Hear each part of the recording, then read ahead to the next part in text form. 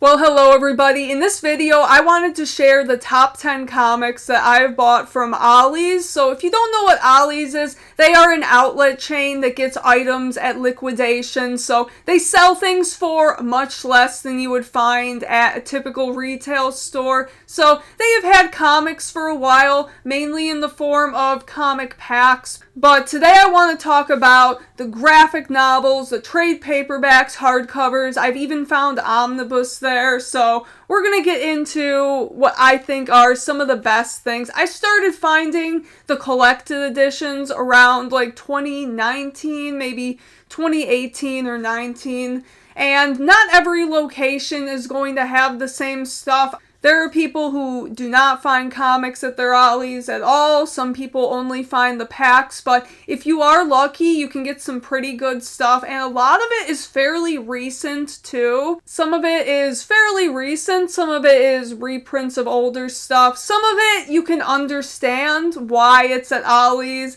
and some of it is just really, really good. Ollie's is just great for somebody who is just getting into comics because you can try a bunch of things, and most of the stuff is like under $6 depending on what kind of book it is, but a lot of it is very, very cheap. So the first one I wanted to talk about is Batman Gothic. This is from the Legends of the Dark Knight run, and this is a deluxe hardcover. So Legends of the Dark Knight kind of popped off after the success of Batman 89 with Michael Keaton, and it was a way to tell more kind of dark, isolated Batman stories outside of the main continuity. And each storyline from Legends of the Dark Knight had a revolving creative team. This one was Grant Morrison and Klaus Janson, and this was actually Grant Morrison's earliest work on Batman, and Grant Morrison went on to have a pretty influential Batman run, for better or for worse, depending on your opinion of it.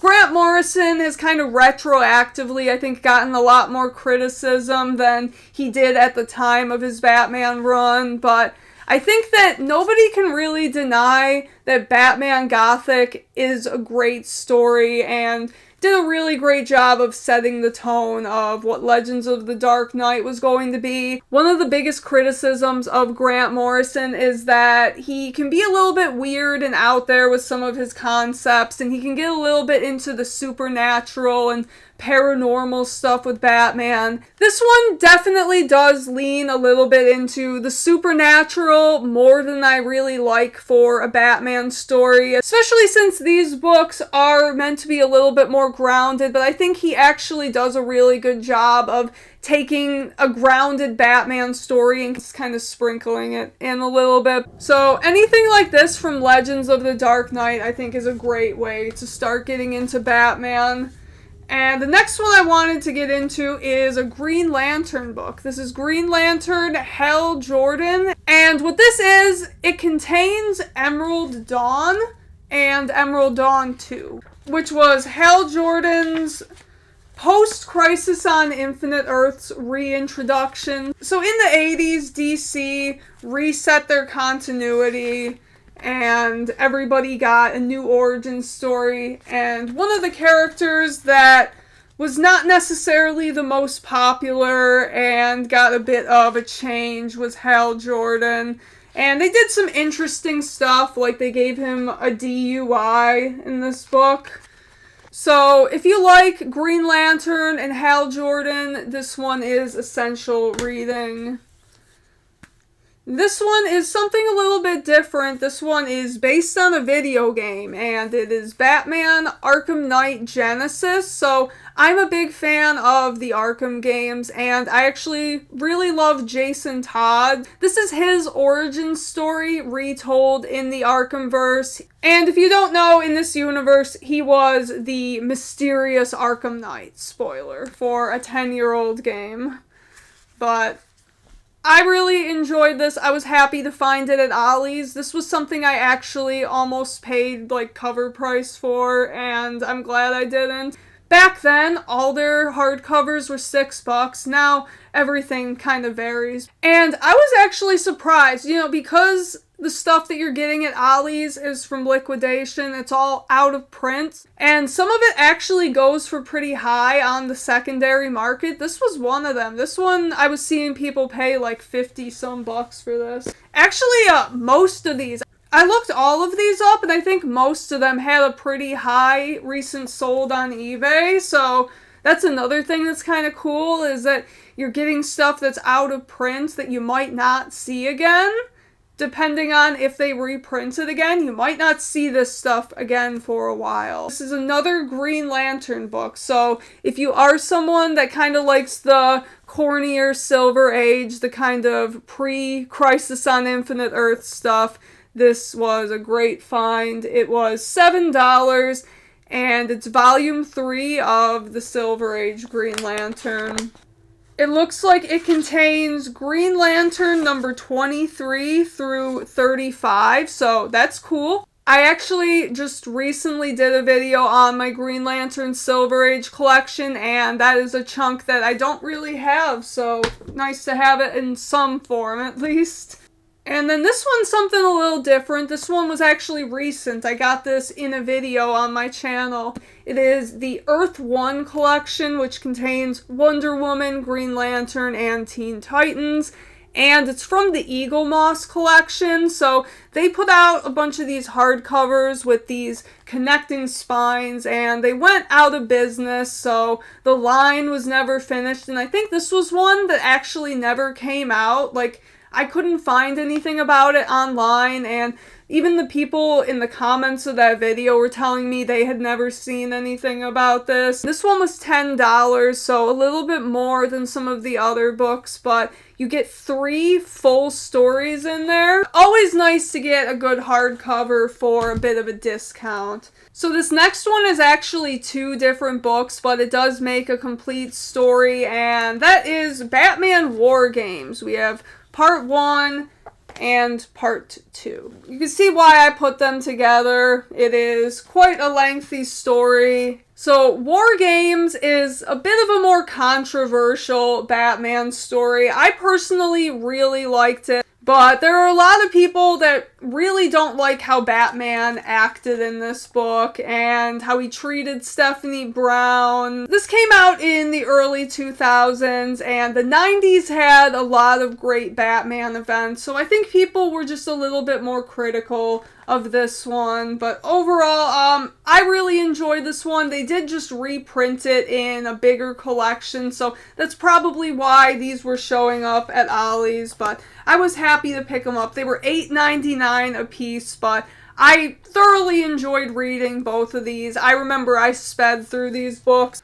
So in terms of overall value, that was definitely one of my favorite pickups. You get a lot. You get some of the issues leading up to War Games, and of course the aftermath of War Games. So I've shown a lot of Batman, a little bit of Green Lantern, so now I'm going to show a Superman book. This is Superman Emperor Joker. This one was written by Jeff Loeb, who you might know from The Long Halloween, Hush, and he also did Superman for All Seasons, and this one he teamed up with Ed McGuinness. So this has a very animated series style, and it is a very silly book. Like, if you're somebody who enjoys the Silver Age of comics, this is something you might enjoy. And it is essentially the Joker teaming up with Mr. Mixius Pitlick. I think that's how you say his name.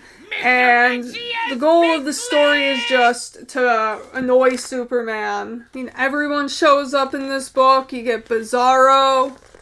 If you really like the Silver Age, you get some of those crazy Jimmy Olsen transformations. I mean, this book was a lot of fun.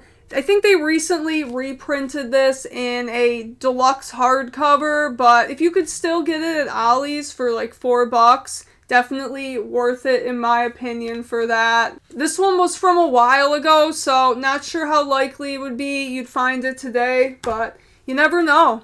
And then we have Batman, Whatever Happened to the Caped Crusader. This is by Neil Gaiman with art by Andy Kubert, and this was a 2-part story that went on in Batman and Detective Comics, and It's just kind of a silly, out of continuity story where Batman is dead and all these people are giving eulogies at his funeral and nobody's story seems to line up, but it is a nice and kind of wholesome story. See everyone come together to celebrate Batman, and there is a bit of an emotional moment with his mother, Martha Wayne, as well. So, very good story there.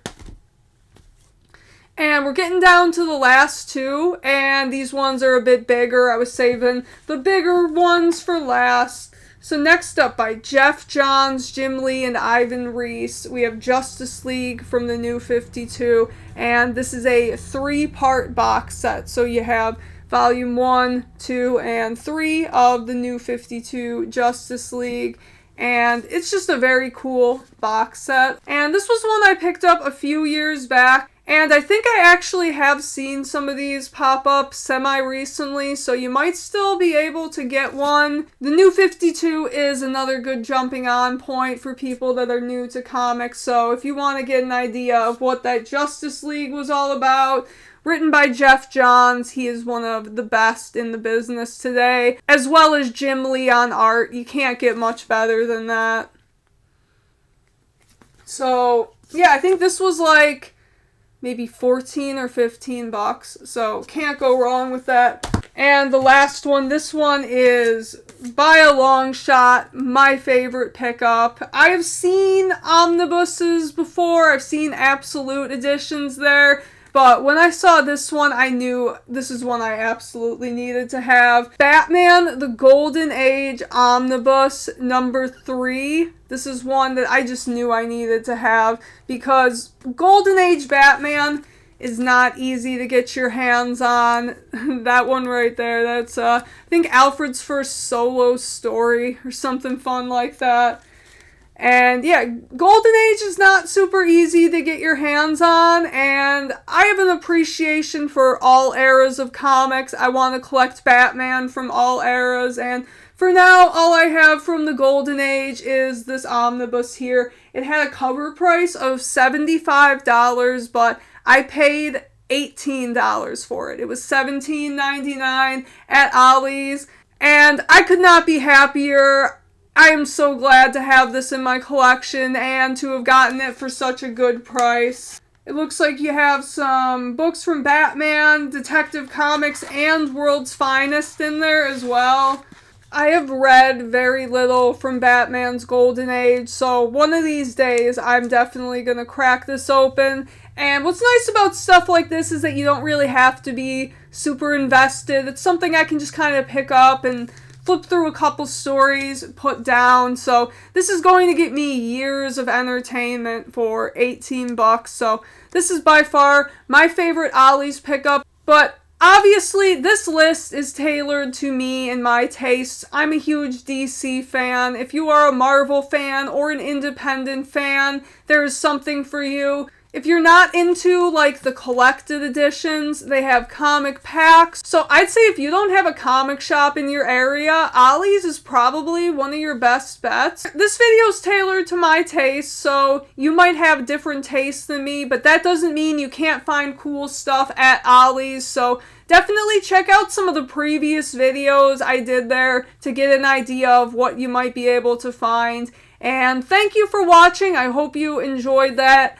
One of my favorite things to do with this channel is just show people ways they can find cool comics for a good value. So I hope this video was inspiring to you, and I hope you get out there and find something neat. Let me know if you do find anything cool, and have a good day. Peace out.